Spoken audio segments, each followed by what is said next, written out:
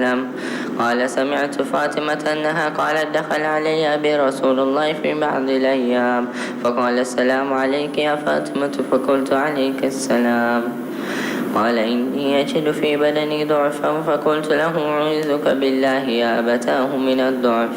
فقال: يا فاطمة، ائتيني بالكساء اليماني فغطيني به. فأتيته بالكساء اليماني فغطيته به، وسرت أنظر إليه وإذا وجهه يتلعلع كأنه البدر في ليلة تمامه وكماله. فما كانت إلا ساعة وإذا بولدي الحسن قد أقبل وقال: السلام عليك يا أمه. فقلت: عليك السلام يا قرة عيني وثمرة فؤادي. فقال: يا أمه، إني أشم عندك رائحة كأنها رائحة جد رسول الله. فقلت: نعم، إن جدك تحت الكساء. فأقبل الحسن نحو الكساء وقال: السلام عليك يا جداه يا رسول الله، أتأذن لي أن أدخل معك تحت الكساء؟ فقال: وعليك السلام يا ولدي ويا صاحب حوضي، قد أذنت لك. فدخل معه تحت الكساء. فما كانت إلا ساعة وإذا بولدي الحسن بل وقال: السلام عليك يا أمه. فقلت: عليك السلام يا ولدي ويا قرة عيني وثمرة فؤادي.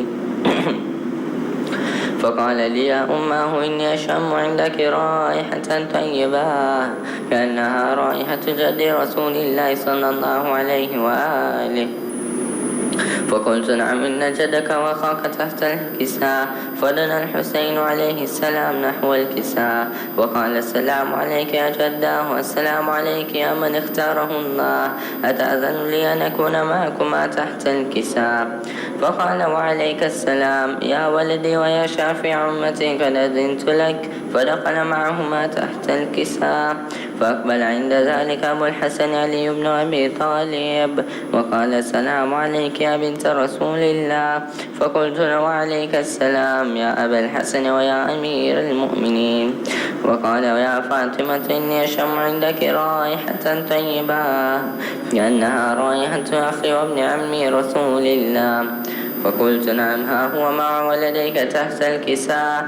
فأقبل علي نحو الكساء وقال: السلام عليك يا رسول الله، أتأذن لي أن أكون معكم تحت الكساء؟ قال له: وعليك السلام يا أخي ويا وصي وخليفتي وصاحب لوائي، قد أذنت لك. فدخل علي تحت الكساء. ثم أتيته نحو الكساء وقلت: السلام عليك يا أبتاه يا رسول الله، أتأذن لي أن أكون معكم تحت الكساء؟ وقال: عليك السلام يا بنتي ويا بضعتي، قد أذنت لك. فدخلت تحت الكساء. فلما اكتملنا جميعا تحت الكساء أخذ برسول الله بطرف الكساء نعوما بيده اليمنى إلى السماء وقال: اللهم إن هؤلاء أهل بيتي وخاصتي وحمتي، لحمهم لحمي ودمهم دمي، يؤلمني ما يؤلمهم ويحزنني ما يحزنهم. أنا هرب لمن حاربهم وسلم لمن سالمهم وعدو لمن عاداهم ومحب لمن أحبهم. إنهم مني وأنا منهم، فاجعل صلواتك وبركاتك ورحمتك وغفرانك ورضوانك علي وعليهم، واذهب عنهم الرجس وطهرهم تطهيرا. فقال الله عز وجل: يا ملائكتي ويا سكان سماواتي، إني ما خلقت سماء مبنيا ولا أرضا مدحية ولا قمرا منيرا ولا شمسا مضيا ولا فلكا يدور ولا بحر يجري ولا فلكا يسري إلا في محبة هؤلاء الخمسة الذين هم تحت الكساء. فقال الأمين جبرائيل: يا ربي، ومن تحت الكساء؟ وقال عز وجل: هم أهل بيت النبوة ومعدن الرسالة، هم فاطمة وأبوها وبعلها وبنوها. فقال جبرائيل: يا ربي، أتأذن لي أن أهبط إلى الأرض ليكون معهم سادسا؟ فقال الله نعم قد أذنت لك. فهبت الأمين جبرائيل وقال السلام عليك يا رسول الله. العلي الأعلى يقرأك السلام ويخصك بالتحية والإكرام ويقول لك وعزتي وجلالي إني ما خلقت سماء مبنيا ولا أرضا مدحية ولا قمرا منيرا ولا شمسا مضية ولا فلكا يدور ولا بحر يجري ولا فلك يسري من أجلكم ومحبتكم وقد أذن لي أن أدخل معكم فهل تأذن لي يا رسول الله؟ فقال رسول الله وعليك السلام يا أمين وحي الله إنه نعم قد أذنت لك. فدخل جبرائيل معنا تحت الكساء فقال لأبي إن الله قد أوحى إليكم يقول إنما يريد الله ليذهب عنكم الرجس أهل البيت ويطهركم تطهيرا. فقال علي لأبي يا رسول الله أخبرني ما لجلوسنا هذا تحت الكساء من الفضل عند الله. فقال النبي والذي بعثني بالحق نبيا واصطفاني بالرسالة نجيا ما ذكر خبرنا هذا في محفل من محافل أهل الأرض وفيه جمع من شيعتنا ومحبينا ونزلت عليهم الرحمة وخفت بهم الملائكة واستغفرت لهم إلى أن يتفرقوا. وقال علي إذا والله فزنا وفاز شيعتنا ورب الكعبة. فقال النبي ثانيا يا علي والذي بعثني بالحق نبيا واصطفاني برسالة نجيا ما ذكر خبرنا هذا في محفل من محافل أهل الأرض وفيه جمع من شيعتنا ومحبينا وفي محموم إلا فرج الله همه ولا مكموم إلا وكشف الله غمه ولا طالب حاجة منا وقضى الله حاجته. فقال علي إذا والله فزنا وسعدنا وكذلك شيعتنا فازوا وسعيدوا في الدنيا والآخرة ورب الكعبة. سورة المباركة الفاتحة.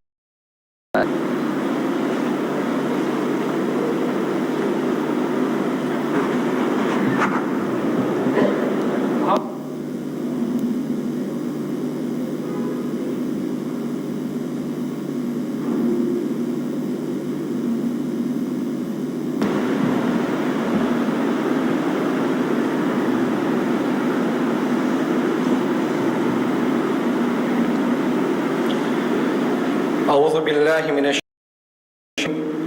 بسم الله الرحمن الرحيم. We begin in the name of the merciful and most compassionate.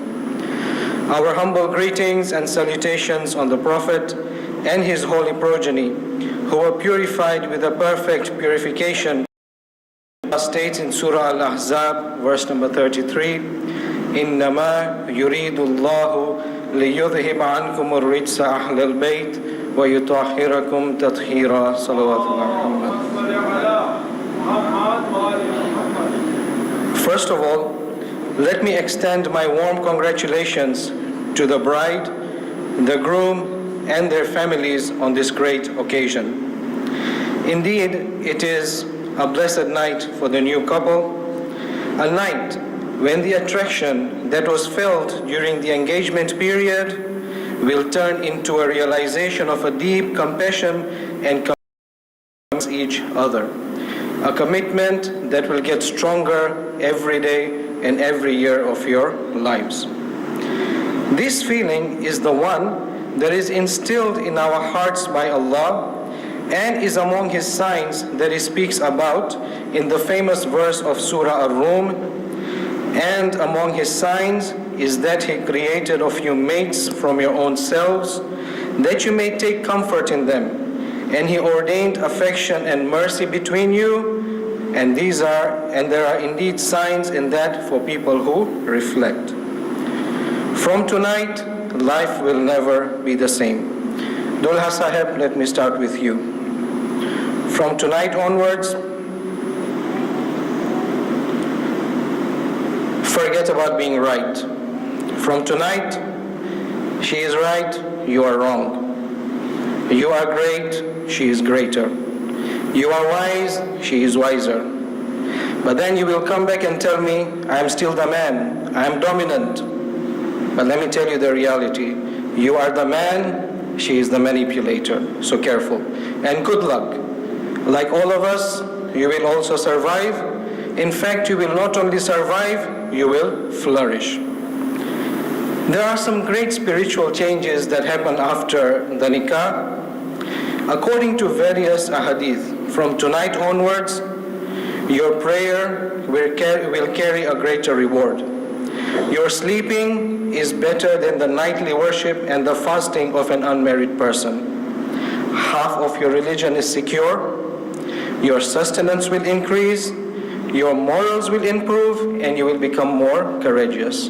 All of this has been explained in the hadith, and it applies not only to the man, it is for the husband as well as the wife. And a great bonus that you get tonight is that your du'as for yourselves and others will be accepted. And therefore, please be generous and remember all of us in your du'as of maghfirah, inshallah. Salawat ala Muhammad wa ali Muhammad. So among the many changes that come after marriage, one important change is that I becomes we. My aspirations become our aspirations. And among all aspirations, the best is to strive together to attract the blessings of Allah in our lives. However, most often when we talk about the blessings of Allah, our ambition, our understanding is limited to the necessities of this temporary life. For example, wealth, children, a good house, health care, excellent education, and we can go on about all of this. And yes, while we must try and pursue all of these blessings, we must try to look beyond these and pursue the great and everlasting blessings of the next life, a life that will last forever and ever in eternity. And let us all be rest assured, in seeking the benefits of the hereafter, we shall never lose out on this world. To give ourselves confidence, let me quote a hadith from the Prophet. In the book Tuhaf al-Uqul, the Prophet is reported to have said, as for those who consider the life to come as their greatest concern, meaning those who are focused on their next life, Allah will institute a feeling of richness in their hearts, arrange their affairs, and prolong their ages until they receive the sustenance that is dedicated to them completely. If you are focused on the hereafter, you will never leave this world until your full sustenance has been given to you. Now, in order to understand how we can live this life to reap benefits in the hereafter, we shall take some guidance from Surah An-Nur. But before that, let us have a loud salawat ala Muhammad wa ali Muhammad.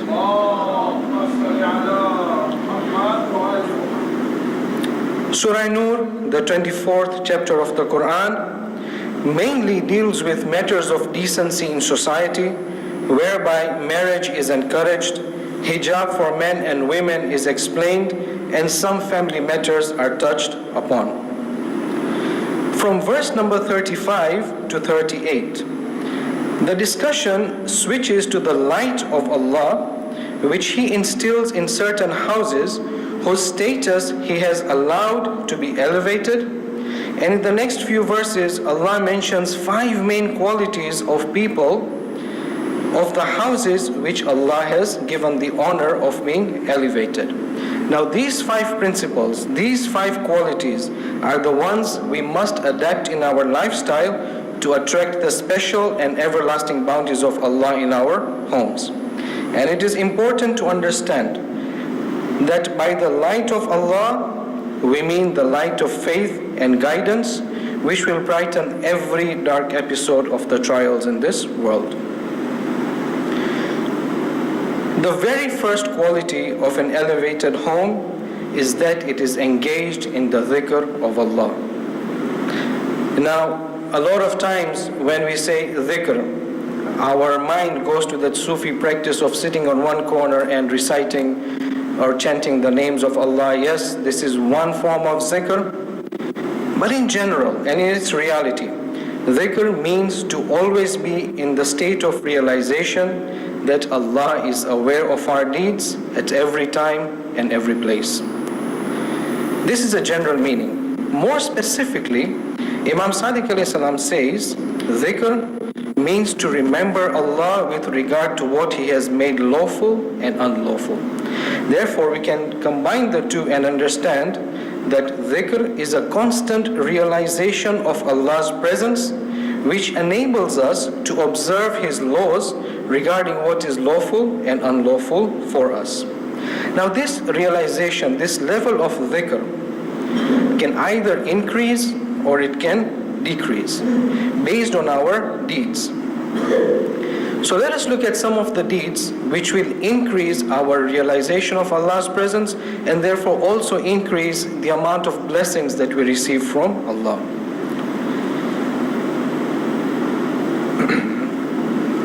Essentially, these deeds include all of the wajibat. These are the bare minimum required to attract the blessings of Allah. But we can aspire for more and go a step further and perform the mustahabbat as well. For example, du'as, tasbih, charity, Quran recitation, and the list is long. However, for today I will briefly touch upon the recitation of the Quran, because this is one area where at least I feel that I'm more relaxed. I need to do this more, and inshallah we will all do this more as well. In the book Al-Bayan fi Tafsir Al-Quran, Ayatullah Khouy narrates a hadith which says that a house in which the Quran is recited and Allah is remembered,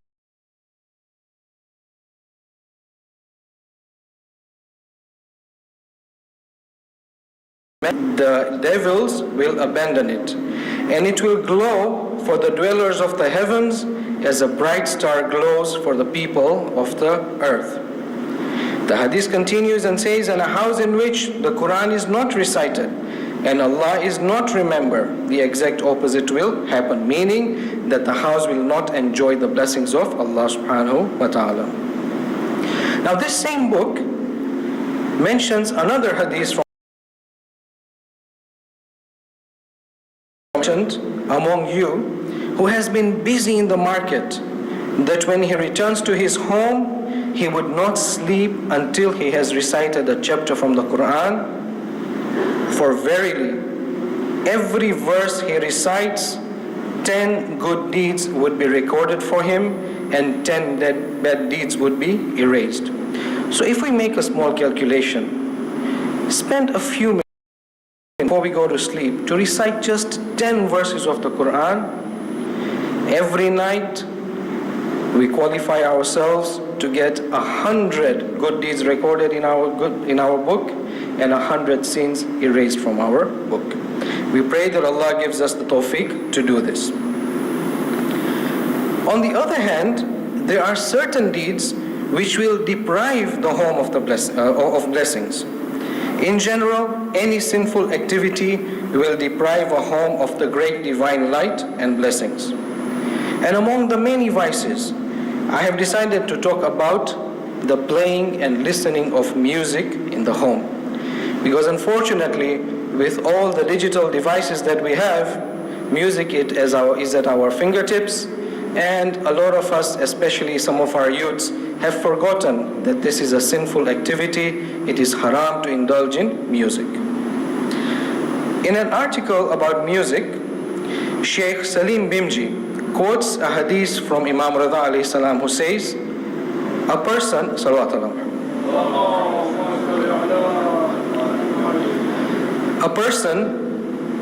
invites divine wrath when instruments like flute, drum, and chess are played for 40 days in his house.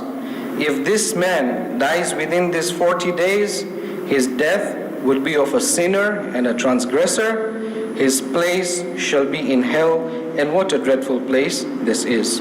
There are many other hadiths in this article as well as other sources which have a similar message about music. So having understood this, let us move on to the next part.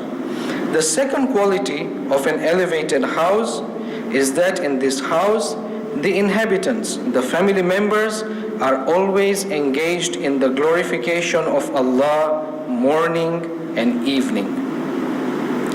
So what is glorification? In Him. He is perfect. Living with this mindset enables us to go through the trials of life in harmony with Allah. When things go wrong in life, instead of blaming Allah for it, we check ourselves. We make an assessment of ourselves and see what we can do to change our situation. And hence, when Prophet Yunus is in the belly of the fish, he doesn't say, now what have you done? I tried to guide your people and you put me in the belly of the fish. What's wrong with you? Allah, you've done wrong. He doesn't say that. The Quran says, Yunus from the belly of the fish cries out to Allah, and what does he say? La ilaha illa anta subhanaka inni kuntu min al-zalimin. Oh Allah, there is no God but you. You are perfect. Subhanaka, you are perfect. There is no imperfection in you. No injustice can be done by you.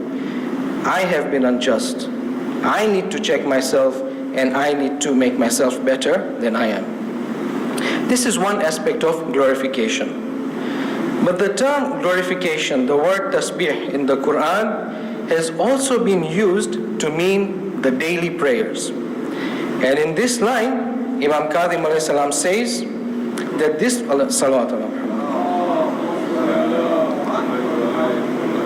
part of the verse, glorification of Allah morning and evening, means punctuality in ritual prayers. And a good example of this has been set for us by the Prophet himself.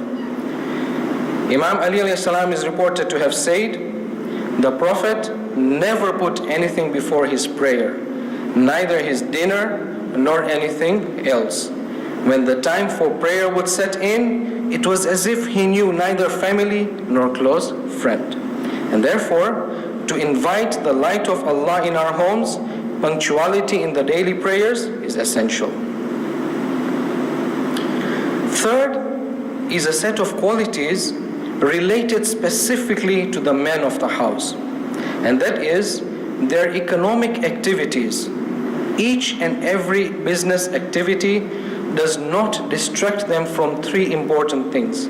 One is the remembrance of Allah. We have already spoken about this.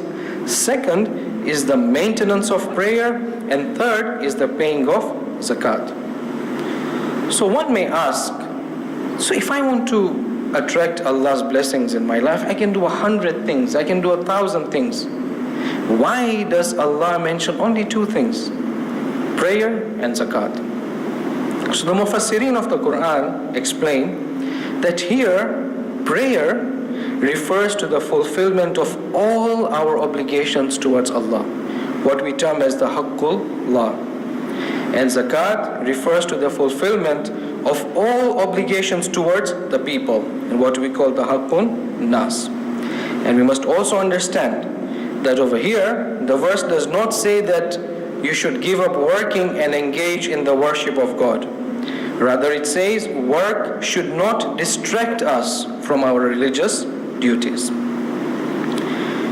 To explain this, Imam Sadiq and IMAMBARGHA are reported to have said that this verse talks about people who leave their business to attend to prayer, and their reward is greater than those who do not do any trade. In fact, now this is not part of the hadith. In fact, people who do not work and remain idle are in fact not liked by Allah subhanahu wa ta'ala.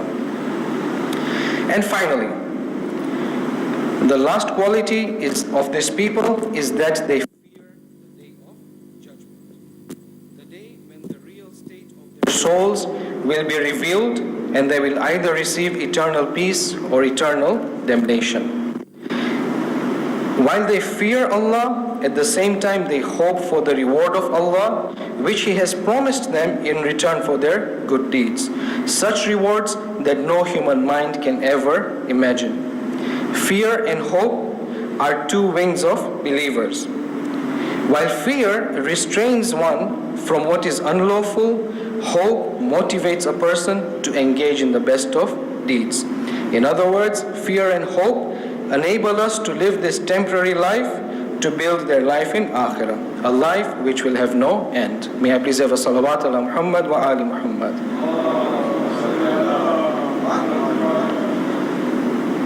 So I think if we can have a louder salawat, he will be motivated to be a little more patient. Salawat, please, a loud salawat ala Muhammad wa ali Muhammad. So in a nutshell, if we want the divine light to enlighten our homes, then we must adapt 5 main principles in our lifestyles. Number 1, the remembrance of Allah in all states. Number 2, the maintenance of the daily prayers in their prescribed time, avoiding all distractions and being focused in fulfilling our obligations towards Allah and towards our fellow human beings, fear of the accounting on the day of judgment, and hope in the mercy of Allah subhanahu wa ta'ala. Now, when we prepare a lecture, we are told, illustrate by examples, okay? So over here, the best example has been given by the Prophet himself. When we read the tafsir of Surah An-Nur, with regards to verse number 6, which mentions these elevated homes, when the Prophet recited this verse, one person sitting in the assembly said, oh Prophet, which houses is Allah talking about? So the Prophet says, the houses of the prophets. Now, in the crowd also was the first Caliph Abu Bakr, and he points at the house of Imam Ali and Bi Fatima alayhi salam, and he says, "O Prophet, is this house also included in this verse?" The Prophet said, "Yes, no." The Prophet did not just say yes.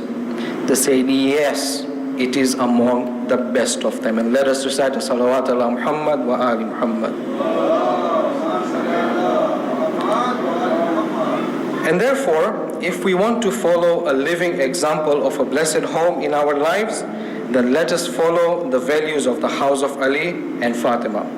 A house that lived to spread the light of guidance in every home, that existed during that time and will exist till the end of time. Finally, while I was preparing this talk, I couldn't help remembering 12 years ago the night that I got married. And out of all the ceremonies that were held, which were very few, but I was really patient. I never felt impatient, except for one part, the lecture before the nikah. This is the part that a lot of people cannot wait for, because now this is the last stage before which you can finally do the ankahtu part and see the face behind the veil.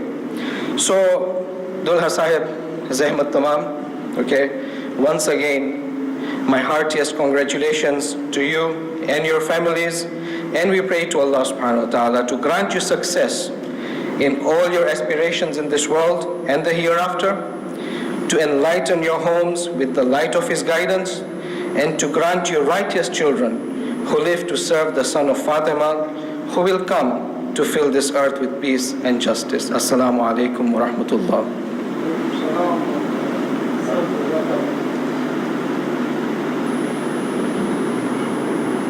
أفضل الصلاة محمد وآل محمد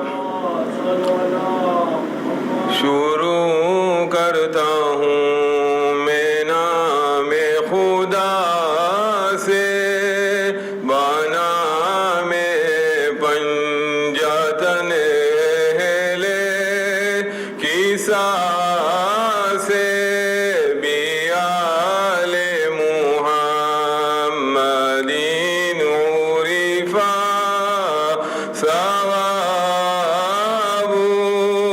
وفيها بياتهم نزل الكتاب हर एक हाजत में हाजत रवा है हर एक मुश्किल में मुश्किल कुशा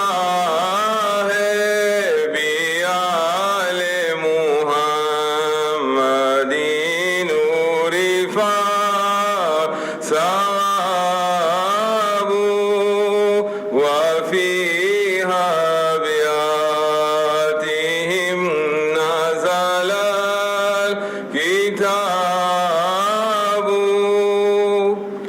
है वासिता सैयदा का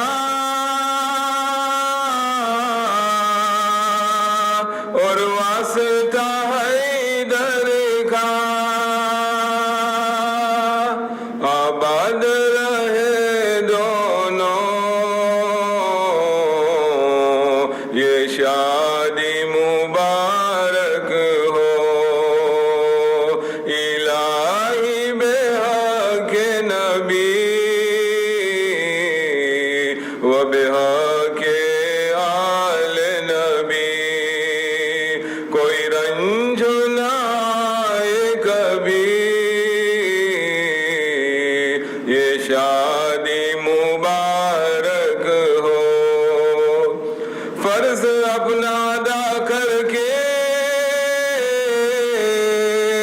माँ बाप भी खुश है आज। हक उनका अदा करना ये शादी मुबारक हो। बचपन से तुझे पाला वो बेटी चली ससुराल। माँ बाप की दुआएं ले लो ये शादी मुबारक हो। दुल्हा बड़ा खुश है आज, दुल्हन भी खुश है आज। मिलजुल के सदा रहना ये शादी मुबारक हो। इलाही बेहक नबी व बेहक आल नबी कोई रंज न आए कभी ये शादी मुबारक हो। मोहम्मद वाल Mohammad. There is an announcement after nikah not to handshake and hug in both sides. Muhammad wa ali Muhammad salawat.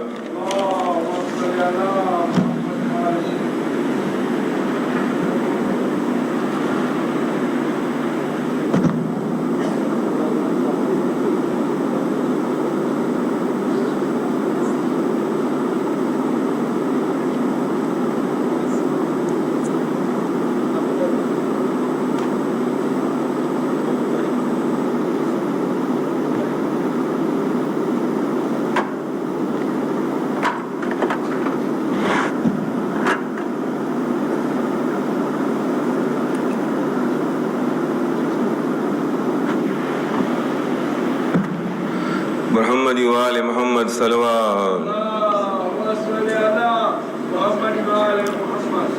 Sakina Bai Ibrahim Habib Nikah Mikael Hasnain Wali Sati Paresh.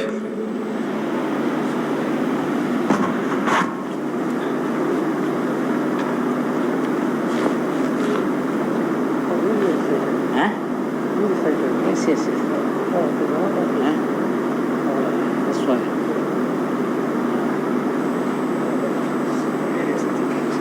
It's inside. I don't know why. Huh?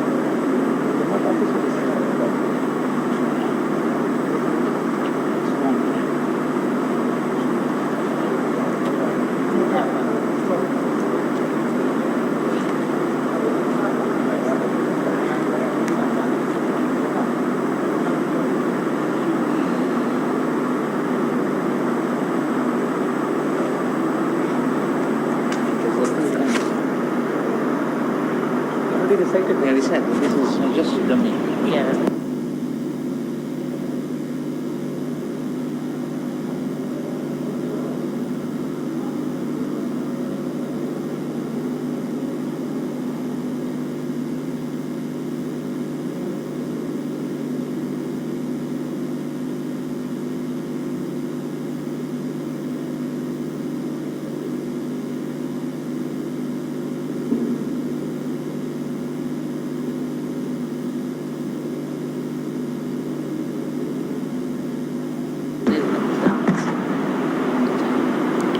Here is the father-in-law.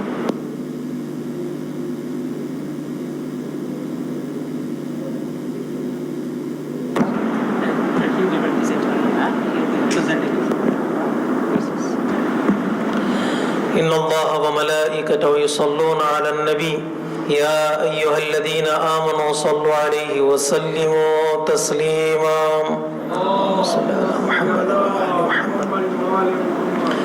أعوذ بالله من الشيطان الرجيم بسم الله الرحمن الرحيم الحمد لله الذي هدانا لهذا وما كنا لنهتدي لولا أن هدانا الله لقد جاءت رسل ربنا بالحق ثم الصلاة والسلام على سيد الأنبياء والمرسلين خاتم النبيين حبيب إله العالمين الذي سمي في السماء بأحمد وفي الأرض بأبي القاسم محمد وعلى أهل بيته الطيبين الطاهرين المظلومين المعصومين الميامين ولعنة الله على أعدائهم أجمعين من يومنا هذا إلى قيام يوم الدين. أما بعد فقد كان من فضل الله على الأنام أن أغناهم بالحلال عن الحرام.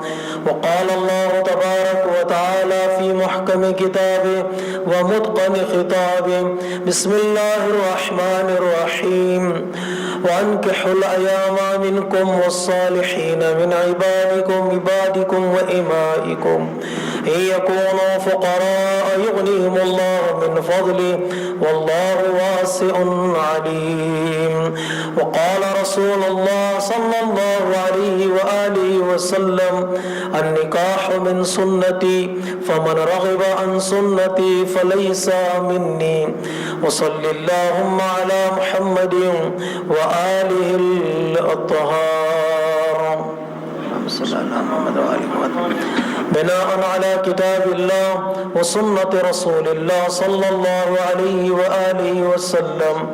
بسم الله الرحمن الرحيم أنكحت موكلتي سكينة بنت إبراهيم حبيب لموكلك هذا ميكائيل بن حسنين ولي على المهر المعلوم وبشرائط المعلومة. قبلت نكاح الموكل هذا ميكائيل بن حسنين ولي على المهر المعلوم وشرائط المعلومة.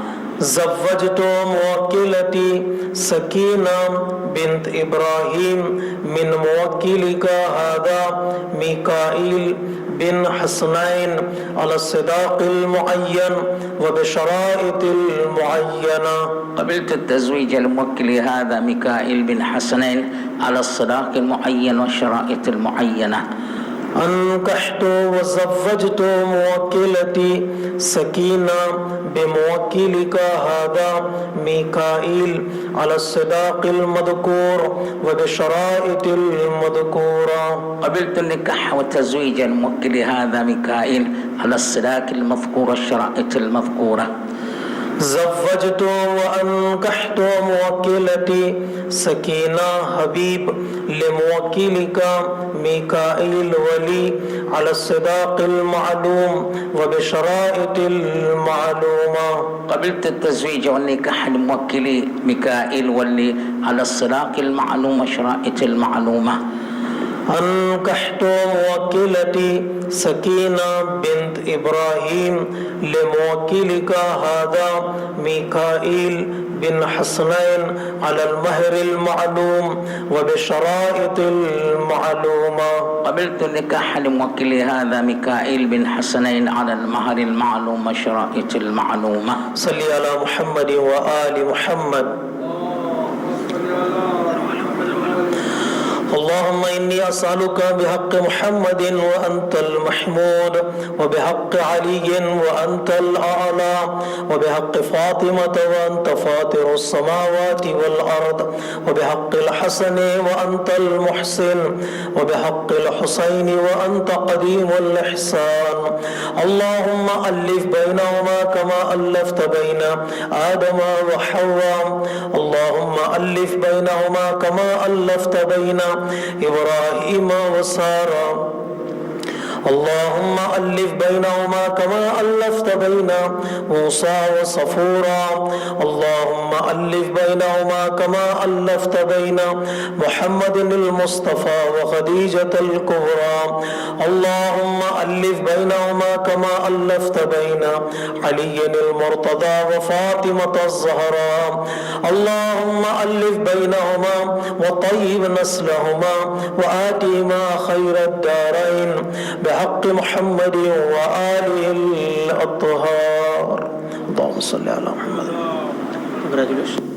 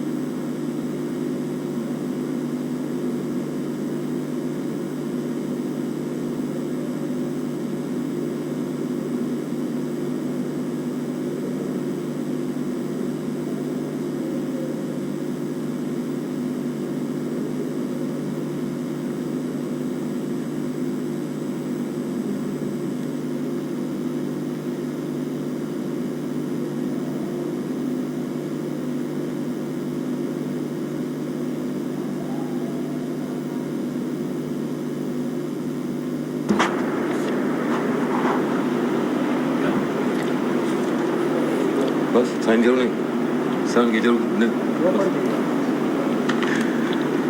Mohammad वाले मोहम्मद सलवात।